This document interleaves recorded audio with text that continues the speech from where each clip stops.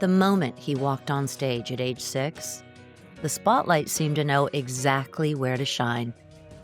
Triple threat Jeff Gallup went from local musicals to starring roles in Les Misérables, Falsettos, and A Christmas Story, the musical. On this episode of The Significance, Jeff reveals what it takes to chase a Broadway dream and stay true to the boy who fell in love with the stage.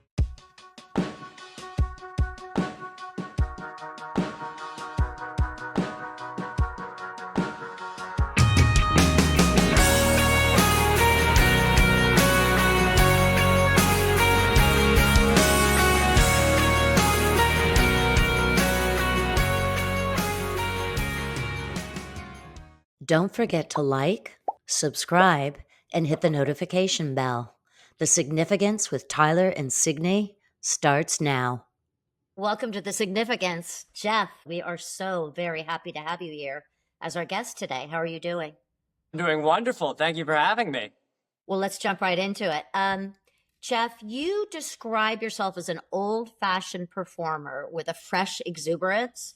Where do you think that spirit comes from? Well, I know exactly where it comes from. I grew up watching MGM films with my grandparents, whom I were very, very close with. And that really inspired a lot of the work that I do. I loved Gene Kelly. I loved Donald O'Connor. I loved Sid Charisse and Fred Astaire and all those greats. And I try to bring that type of work to the forefront of modern theater as much as I can. That's wonderful. And I've actually had the privilege of seeing you dance. And how you how you get airborne in the manner that you do is really amazing, and a credit to how hard you've worked at your craft. So it's really inspiring to see that. So you grew up in New Jersey. So were you always performing? What was young Jeff like? Young Jeff started performing at about 4 years old. So it's been most of my life that I've been performing. My parents put me in the all-children's theater when they were shopping around things to have their kid do. And once I got on stage, it just sort of stuck. That's really wonderful. And when do you think that you first fell in love with the idea of being on stage? Were you just born with that passion, or was that through the process of watching the films with grandparents and creative influence around you? It took a while before I realized this was going to be a career, because I always also loved animals. I had a big zoo in my basement. I collected those little Schleich model animals, and I had a big train, and I'd put all the animals in the zoo, and every animal that would go in the zoo would ride the train around to its location. And I loved animals and building and creating things. I had a whole little cityscape in my basement. So for a while when I was younger, I was like, oh, I'm going to be a zookeeper. I'm going to work with animals. And then once I started getting into theater, I loved Steve Irwin. I was like, oh, I kind of want to do that. Like a Steve Irwin, like one of those guys on Animal Planet. And then eventually I said, no, it's going to be theater all the way. So obviously children want to be astronauts or want to be pilots. Was there a moment when you seriously decided this is what I'm going to do? I could say there was an exact moment. It was when I was 12. It wasn't when I decided. I may have decided it earlier. But the moment I knew what I needed to do in order to do it was when I was 12 years old. I had a mentor, Lauren Christopher, at the Fine Arts Connection. And I worked with him in acting classes and this and that when I was young, even from 5, 6. But I take voice lessons with a couple other different people. And I was a very bold and brash young child. And whenever I do the voice lessons, I'd always just want to sing whatever I wanted to sing. I wanted to sing Elvis music, or I wanted to sing the songs that I wanted to sing, and I wasn't focused on actually learning and singing the things I needed to sing in order to improve. And one day, the voice teacher that I usually had was out, and Lauren subbed in. And I said, well, no, usually I sing Elvis songs. And he said, no, you're not going to sing an Elvis song. You're going to sing Go the Distance from Hercules, and this is what you need to do. And you're going to sustain this line, and you're going to look at this cutoff, and you're going to get on the actual notes that are written on this page, and you're not going to just sort of make up your own. And we're going to work, and this is what you have to do. And that's sort of when it clicked in my head. Oh, I'm bad. Oh, I need to actually work at this. This is a pursuit of knowledge that I need to get together, and it's a lifelong pursuit. And it started right there when I made that realization. Everything sort of clicked in my head that I can't do this unless I actively work at this. And from there on, it's been a lifelong journey for knowledge. Well, that's wonderful. And I know your commitment is complete and thorough as to what you do. And I know when I had the pleasure of meeting you for the first time and we talked about acting and dancing and being in the creative arts, you know, one thing that I knew from a very young age is that it just had to be your lifeblood. It's the air that you breathe. It's everything that is just so ingrained in you. And I picked up on that with you right away. I said, this is, you know, not to mention, as I said, I had the privilege of being able to see you perform, and you were just fantastic. I mean, it was defying gravity on the stage. I was just like, oh my Lord. So let me ask you, what do you think is the most surprising and misunderstood part of being a Broadway actor? Well, funny enough, when you do theater, people who do theater aren't doing it for the notion of success. They're success in the broad sense of stardom, fame.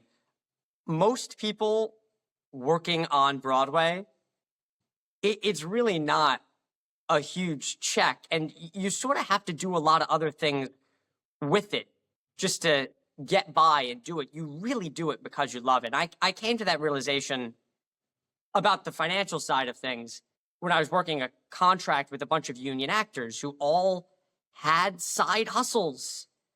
All of these people who are in a career in the theater, they do what they can because they have to do it. They love to do it.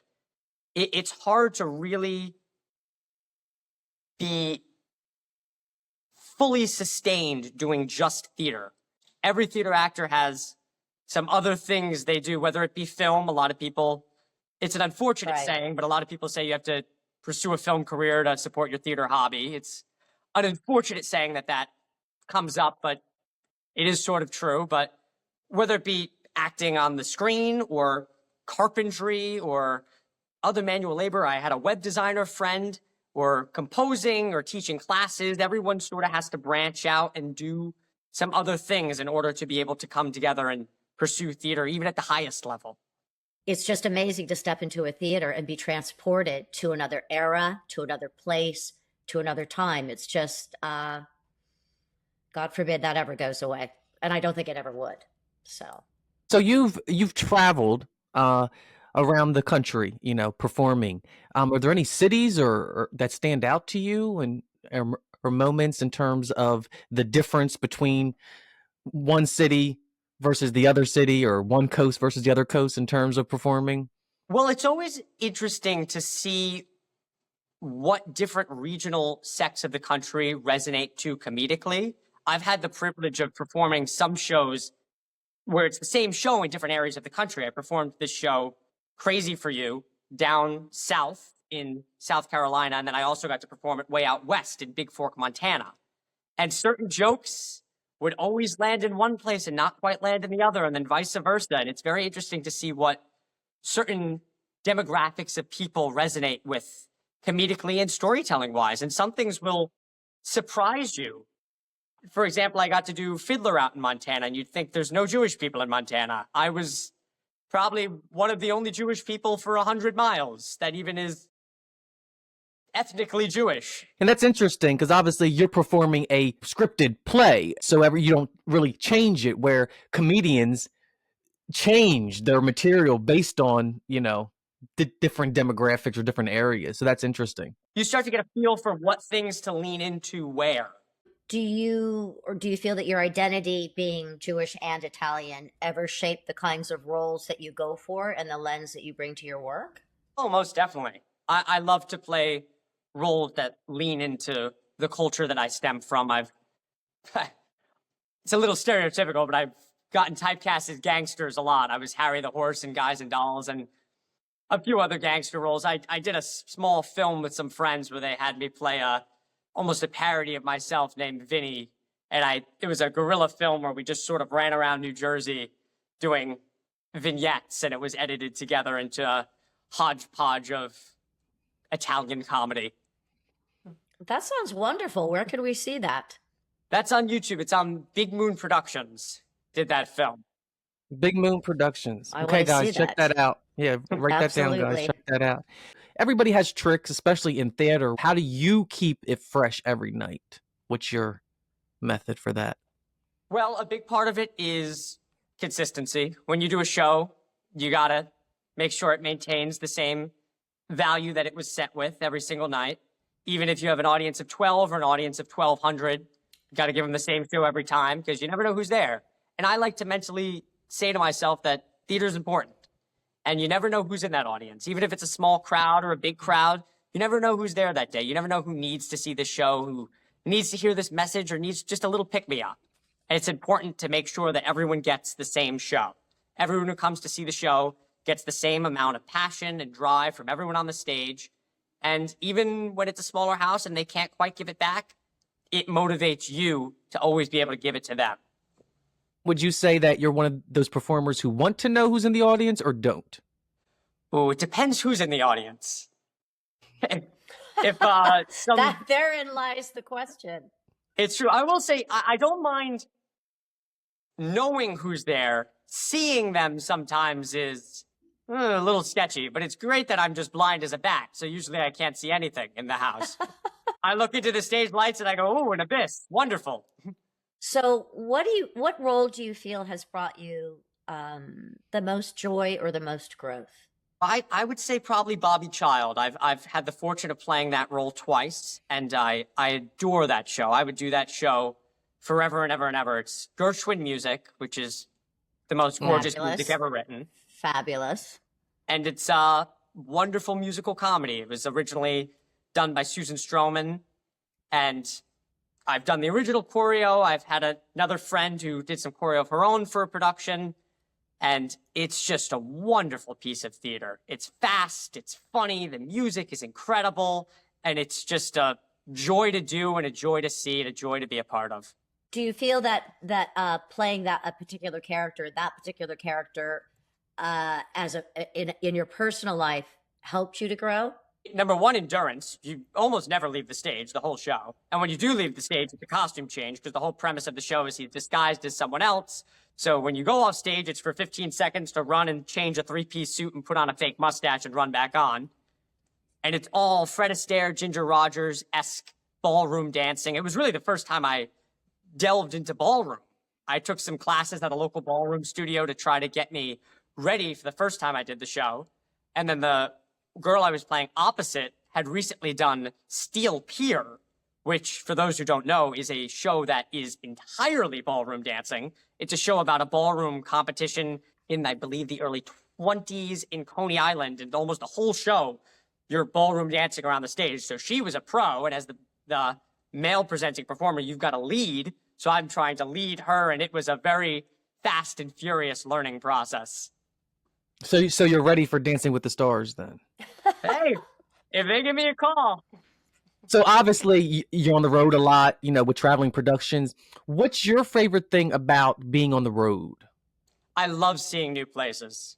I love seeing new places. I love new restaurants, especially. Down where I am in Maryland, of course, I know Old Bay, I know Crabs. Those are the two things I've got to check out. I found a wonderful restaurant. It was called Chicken Ruth in downtown Annapolis. For about $24, you get a half-pound crab cake that's just pure, delicious crab meat with like a Old Bay aioli holding it together. I've got things it is wonderful to have little places all over the country. If somebody mentions Big Fork, Montana, you got to go to the Garden Bar. You got to get the nachos at the Garden Bar. You got to get a Huckleberry milkshake at Burger Town. If you're down in South Carolina, you've got to go to the Spicy and get a big bowl of ramen. Or you've got to go to the Carolina Cheese and Provisions that I know the owner of, who will give you a wonderful charcuterie board and a bunch of imports from Italy. It's wonderful finding those little places all over the country and trying new things, doing new experiences, learning the history of the places you're in. I love that. And it really just fuels me as a performer to learn about everything and anything. Well, it's wonderful as well. Food is such a connector for people, and you can learn a lot about a culture through the food. And people, how they partake in sharing it with each other. So that's wonderful. Okay, so you've mentioned your Lego city. What is the story there? Do you consider that to be your Zen? It is my Zen. I have a full layout. I collect the modular series specifically, and I have a whole cityscape. And I'll go to garage sales and I'll pick up just bins of old people's Legos. And I love to just build custom things. And it's nice to just put some music on and turn your brain off and either build a set or just mess around with some random parts and try to build some concoctions of my own and add things to the city and tweak and build and create. I used to even make stop motion movies with it when I was younger. I haven't had a chance to do that in a long time, but I did it all through high school. I made stop motion movies. That's a good thing. You're too busy to be doing things like that, those other creative projects, because you're working, which is wonderful. Well, you and Signy have something in common. You both like to cook. So what is your signature dish? I'd say the signature dish that I've been gravitating towards recently and really fine-tuning, I make a buffalo bolognese. A ground buffalo meat, correct? Ground buffalo. I fell in love with the buffalo meat when I spent some time out in Montana because it's relatively cheap out there because you go down the street and the buffalo farm's right there. Right. And then I mixed it with just an Italian bolognese recipe and I slow cook it. I cook it for about 4 hours at minimum, and it turns out delicious. Well, not only that, buffalo has one of the lowest percentages of fat in it. It's very super high protein, very low fat, very healthy for you. I have a friend that primarily just cooks with buffalo meat, so she gave me an education about it. It really is a superfood. They say it's better than even like chicken breast for pure protein to nutrition to fat ratios. What are these quieter passions, your Lego city, your cooking, give you that perhaps performing doesn't? Is it just the ability to just sort of shut down and get quiet and become more internalized? It's always good to disconnect for a second. Because when you are performing and the craft is your life and everything you do, whether you're not on stage, you're working on a self-tape for the next thing, or you have a project and you're talking to somebody about collaborating, it can get busy, it can get stressful at times, like anything. So it's nice to just decompress and go into a Zen meditative state. That's why I like cooking. You just listen to some music and forget and focus on what you're doing. I like a physical task, whether it be building. Legos is nice. I like working with my hands. I love hiking, just going out in the wilderness and just enjoying my surroundings, living in the moment and not worrying about the past or the future. It's helpful to center yourself, be able to take those moments and then dive back into what you need to do. Well, personally, if I had not become an actress, I absolutely would have become a professional chef. And cooking for me, I'm so passionate about it. I read cookbooks like most people read novels. I'm consistently working on recipes in my head. If I see something or if I try something, trying to fine tune it and find a different way of creating something, plating it, et cetera, et cetera. But there's a wonderful quiet focus that comes along with cooking because you do have to be focused when you're doing it.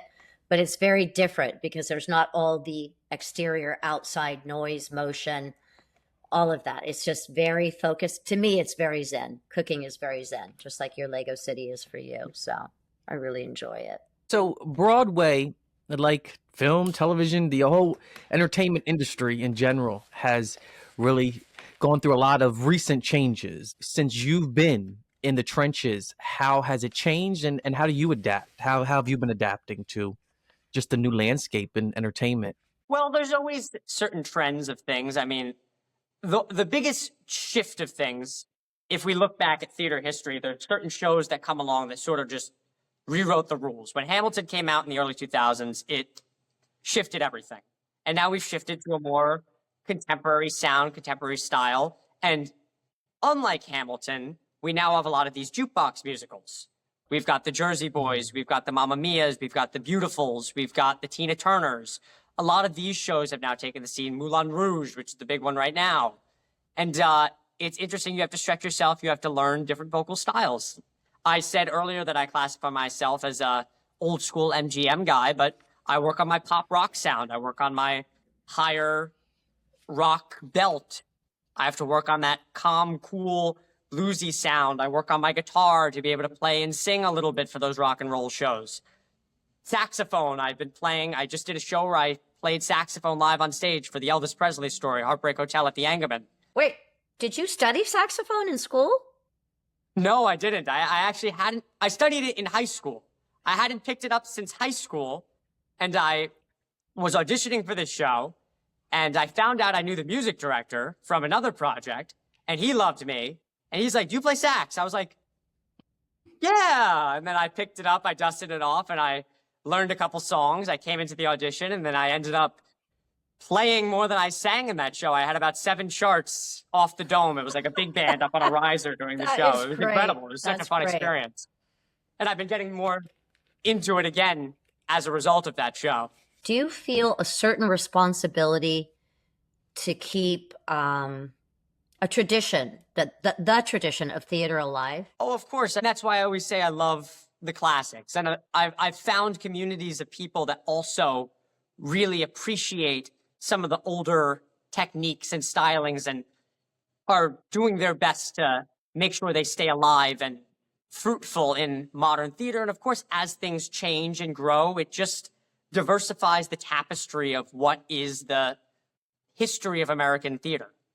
And it's a wonderful thing. We strive to keep these things alive, and we strive to prop up these new things. And all it all does is just makes it a more interesting viewing experience for the audience and more interesting for us artistically to be able to play with more new and different things. So even though I love the older stuff and I strive to keep that legacy alive of the Jack Coles and the Fred Astaire's and the Gene Kellys and all those greats and the Bob Fosse's, you also want to take that and, in a sense, modernize it and find how that relates to what is contemporary.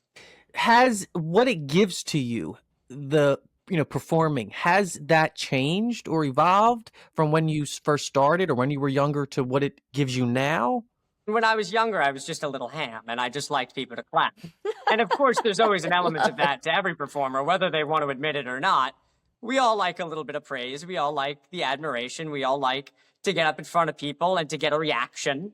It's an innate element of performing, and there's always a little bit of that, whether people say there is or not. But as you get older and you become a more worldly person, it becomes an academic pursuit as well. You're fascinated in things and history and techniques, and it becomes a pursuit of excellence in itself. And it's a competition with yourself to get better for you as opposed for others. So, of course, there's still the element of, it's fun to get on stage and get a reaction, but also, it's also fun to get on stage and know that your performance tonight was as perfect as it possibly can be, and it was a little bit better than last night's.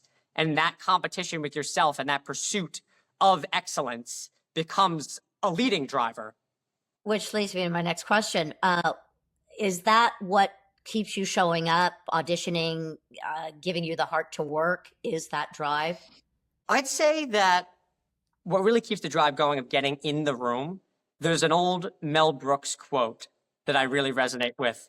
Hope for the best, expect the worst. The world's a stage we're unrehearsed.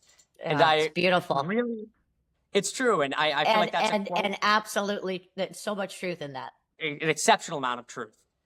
You show up, you dream about getting the role, you fantasize of what it would be like, and you go in with the mindset that it could be yours, but you also know in the back of your head that it's very unlikely. And you show up every day and you live in the moment and you enjoy the experience of the audition. Every time you go to a dance call, you consider it a dance class.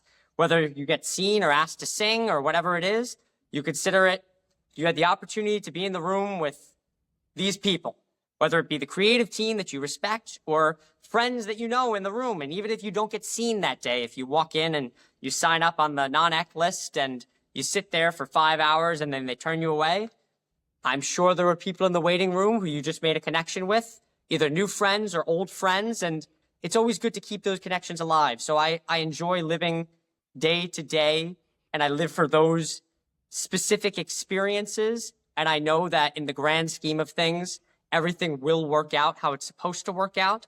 And I'm just along for the ride. That's wonderful. And it is, it's beautifully put. And it is about life connections, because one thing just systematically leads to another. It's, the whole domino effect. So that's wonderful. And to look at it as, oh, how great is this? I get to go take a dance class today with my friends. How wonderful. And I'm not paying for it either. How great is that? So that's a, very positive. You've always had an incredible work ethic and just a very positive attitude. And I really, really admire that. On this show, we talk to a myriad of people from all walks of life. And at the core, it's what is significant about their contribution. And we find these threads throughout every profession, every person. So you're a storyteller at heart. Is there a story or something that you've played that you feel has been significant to an audience, that they walked away with something that made you feel that you helped them be seen or that the story resonated with them? One piece of theater that I've had the opportunity to do multiple times, and it's shocked me not only in doing it, but in research about other productions that resonates with a ton of people, is Fiddler on the Roof. It's a innately Jewish story, as everyone knows, but the amount of groups that it really, really resonates with astounded me, because when you strip away the cultural aspects of that story, the ideas of family, community, tradition, all of those things are innate to so many different groups of people and really resonate. Because I was first astonished that out in Montana, when I did it for, I think that was the second time I did it, I've done it a good handful of times, that community out there very much resonated with the story. And at first I was confused. I said, there's no Jewish people out in Montana. How come this show is playing so well? We did 4 shows in rep, and Fiddler would sell out every night. And certain other shows that you think wouldn't. And I was like, what about Fiddler on the Roof makes Montanans so interested? But it's not the aspect of the Judaism, it's the aspect of tradition, family. Changing tradition, Absolutely. How that's scary, how modernality is sometimes viewed as an attack, and how we want to hold on to tradition, but we also need to grow and change. Those core human thoughts and feelings were very connective for everyone who comes to see the show. And after doing some research, I found out that in Japan, Fiddler on the Roof is an immensely popular show. And I went and I watched some Japanese productions of Fiddler online, and it all clicked. You think about typical Japanese tradition. And for them, they're like, what do you mean it's Jewish? This is a Japanese story. For them, they very much take it to heart over there, and that's very much their story. It's all the things that they're having conversations about and struggling with in the now. And there's a lot of different people who that show really, really is important to. Oh, it's amazing. The music's incredible. It's definitely one of my favorites. Do you believe performers have a deeper purpose beyond entertaining? Does it go beyond that? I'm a man of faith, and I think that we are where we need to be to sometimes deliver messages and stories that we don't even know need to be delivered. I like to say that when I'm doing a show, I want to be used as a vessel to deliver what I don't even know I need to deliver. I think the power of performance is beyond. It's just innately human. It's what we've been doing since the dawn of time, around fires with sticks and grunts and dances for the rain. It's a way to share emotion. It's a way to connect people, connect ideas, connect thoughts. It's not just pure entertainment. It's a way to make people think, a way to make people empathize and understand and process ideas that they otherwise wouldn't take the time to sit and talk about and think about, to expose them to different ideas, to open their minds, open their hearts. And sometimes, we can get heavy-handed with it, and we could try to force it. And, that's got its own set of challenges. But when it's done right, it's a way to really bring people together. That was very, very beautifully put. There are always going to be times that are turbulent. Obviously, history has shown us, and entertainment in those times are so important for those reasons that you mentioned. So if you left an imprint, let's say you put your hands in the Grauman's, what would you hope that your imprint left behind? I mean, at the crux of it, I just hope to leave behind some joy and happiness. There's certain performers where I go back and I watch clips of them and you just can't help but smile and it just makes your day better. People like Donald O'Connor, who's always one of my favorites, watching him dance, watching his comedy. You go back and you can't, even if you're at your lowest, you can't help but smile. Another one, did some work on stage, but of course, a film performer, a comedian, Robin Williams. People like that, you go and you watch Robin Williams' body of work and you can't help but feel better. Being able to just bring joy into the world with the work that I do is just, it's all you could ever ask for. We have arrived at the end of our show where we close with the significant 7. Okay. So every guest gets these 7 questions. So, Jeff, are you ready for the significant 7? I'm ready. If you had to choose one word that holds the most significance in your life, whether it defines you, guides you, or challenges you, what would it be and why? I'll go back to what I was saying earlier, and I'll say excellence. The visualization and seeing of excellence around me guides me in what I do, defines. I try to be defined by my work, and I strive for excellence. And obviously, the pursuit of excellence in itself is always a lifelong challenge. So I think excellence. What is the most significant piece of advice that you've ever received? I would say the most significant piece of advice that I've received is, if you love what you do, you never work a day in your life, which is why I do theater.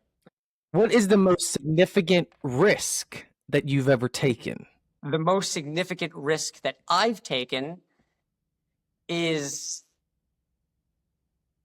getting out of my way and knowing that reaching out to connections, the worst thing that could ever happen is they don't get back to you. Or somebody says no.